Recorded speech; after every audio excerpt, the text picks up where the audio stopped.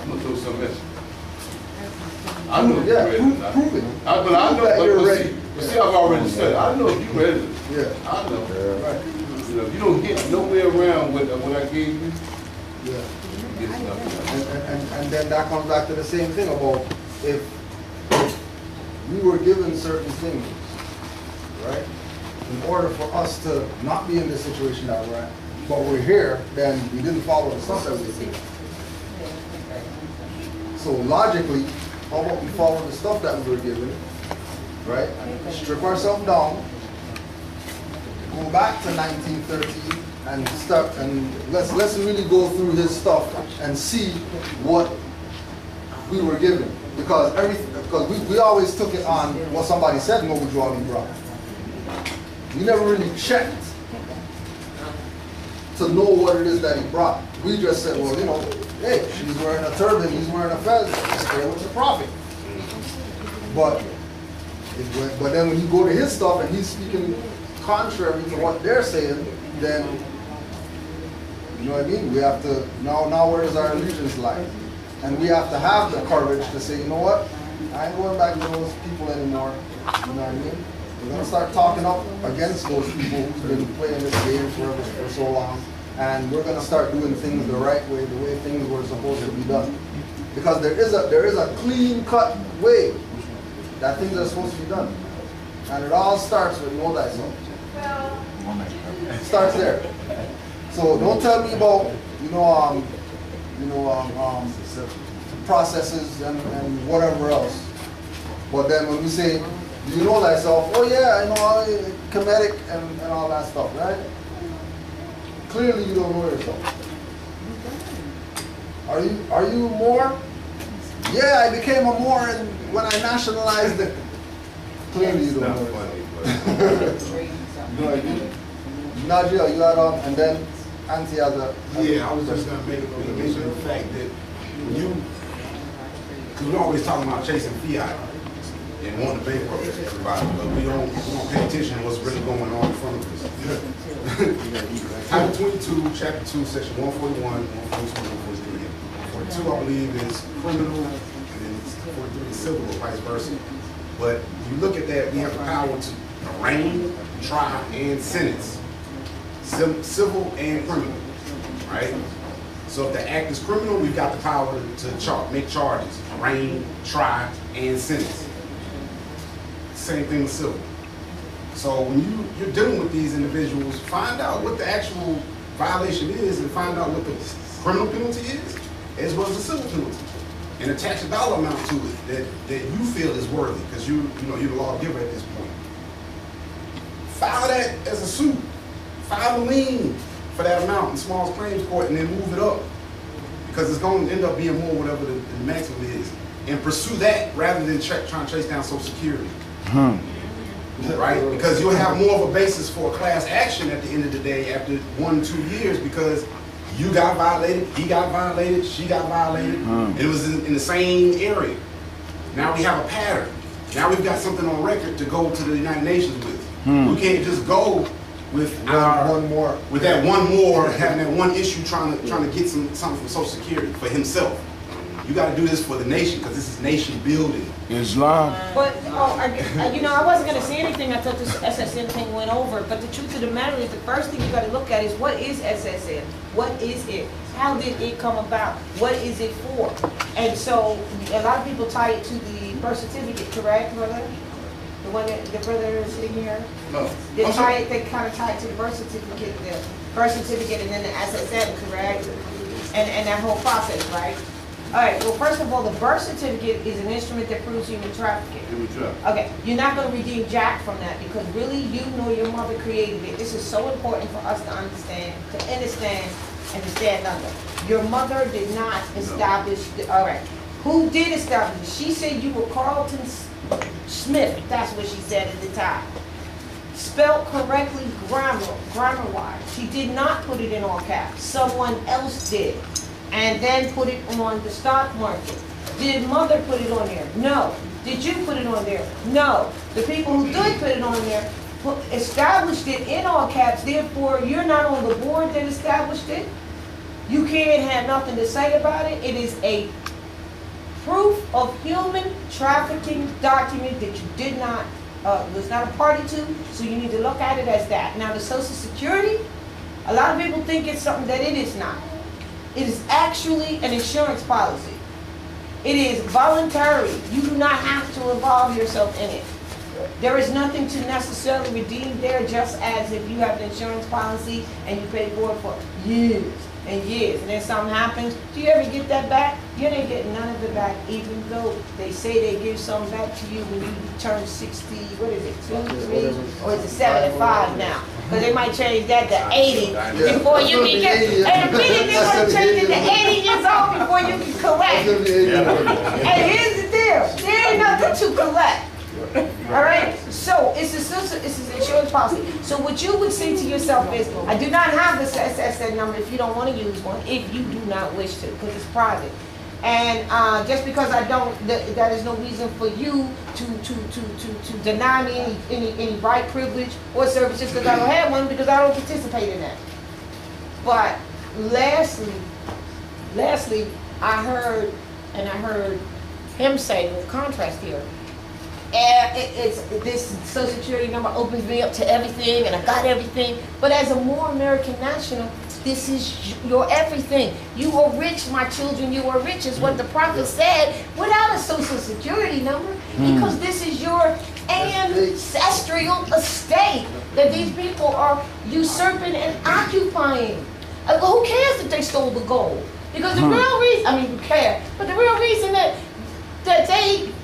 the gold mattered was because they're the ones who had to have gold and silver to be on your land to operate. You never needed it in order to operate. They did. So they stole it from themselves. We operate, we barter however we want to. We trade however we want to. We are the original merchants on the entire planet. We didn't need the gold and silver. It's not for us to have. It was for them to have. They're bankrupt. You're not. That's why Drew Ali said that. That's why Drew Ali said that mountains of gold will be revealed to the Moors. Yes. Because we're not into the bars and the coins and whatever. We're on our ancestral estate, which is where they get all that gold from or whatever. Thank you. Platinum and all these other natural resources. I was never impressed with a lot of things. Yeah. But I mean, you know, from here. Yeah. I dreamed about riches as a child. Yeah. I dreamed about being on an elevator full of money. It was a constant dream. Going up. I seen my glass house in a wooded area, cleared from the house, and it was all windows. You could see right through my house. I had nothing to hide. Nothing. I keep telling my sons, man, listen, it's never about the money. Yeah. Yes. What differentiates you from a greedy person is that if you think successful, that means you're willing to share. But if you think you're rich, you're greedy and rich, I gotta watch you. You're greedy, man, you'll steal something. You know, you'll take something from me. From me, yeah. So always be successful in your thinking. Yeah. That's why I don't think I had it difficult with the upward. Yeah. Because consciously, as a dad, as a father, earning the title of a dad, I let them grow to know their own. See how you spell? You already know that. Yeah. He came with that. I'm not surprised by that. It's kind of funny because he see it, even though if he didn't put it in order. And you know you're talking about it right now. You know that he's on point. So, you know, that's a constant reminder that he's actually got the real opportunity that I missed. Right, exactly. And then that's why it's about them getting it. We're just here just to make sure they get it. Yeah. Because we never got it. You know what I mean? Like, it skipped over us. You know what I'm saying?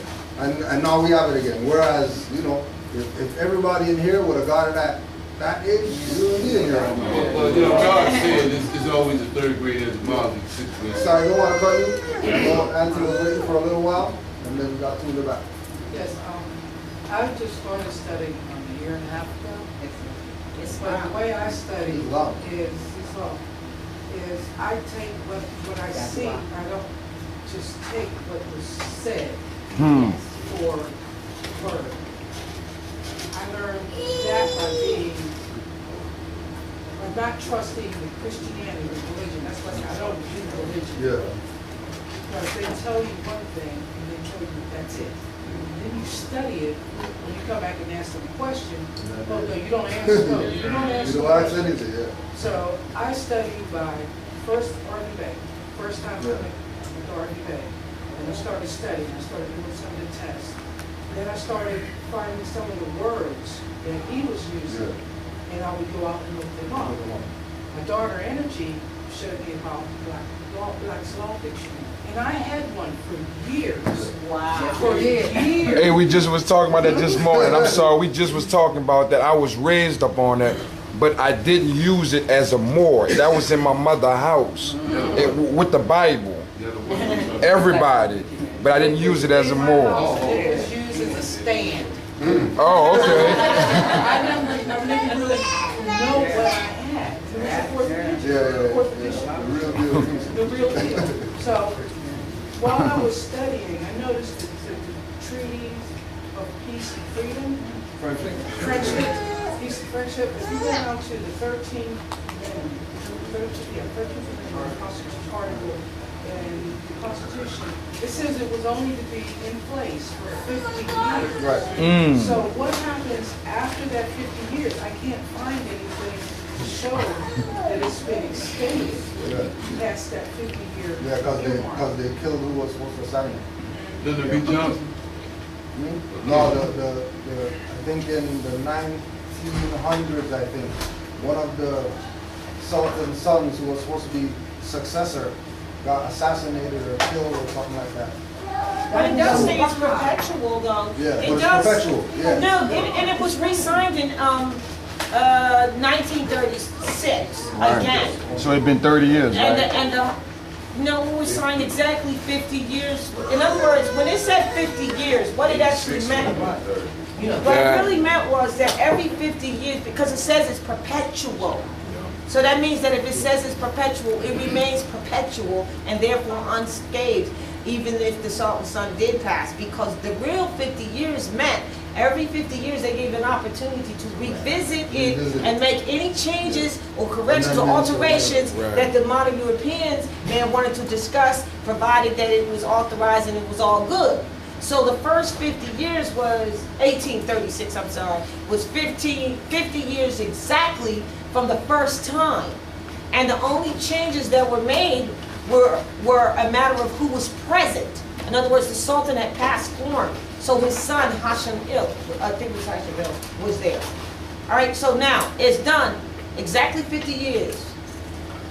It's still perpetual, but that 50 years was for them to come up and ask if there was any alterations if we allowed it. The treaty is perpetual. It is still going on today, so we need to make that clear. But a lot of Moors have said that, not knowing. Well, in saying that, why can't we use that treaty and say, We do. okay, We each can. one is up, We do. we gotta go. We do. That's what's happening today as we speak right We here, do. right now. We the landlords. We the landlords. Okay. They need to come holler at us. Even with what you're saying, always look. Don't look at what UDOTS is doing here. Look what they're doing other places. Yes. And what type of response they're getting when they go other places, talking that, you know, we're American government and whatever like that. Immediately they come back here. Then they have their, and then they call those people to come here and meet with them. But we got to be real careful and get on our knee right now, because they all get ready to come back from the places that everybody else is giving them Europeans a boot. They're coming here. Let me tell you, especially Pittsburgh, after I saw what I see here, they're coming here to try to run over, because this is their last stance. That's why Moors, you have got to wake up and declare your nationality and take yourself back into the constitutional fold of government and take your place amongst the affairs of man. If not, if you think it's bad now or has been bad while you sleeping, what'd you say, Cujo? You said they're going to make permanent Negroes out of you in a minute. Permanently. Yeah. And then and look at what we're dealing with. Right? Yes. That when you look at the room, I know he gave about 1,000 flyers for here. You know, 1,000 people ain't putting in here, but the flyers were given out. And then this is the response.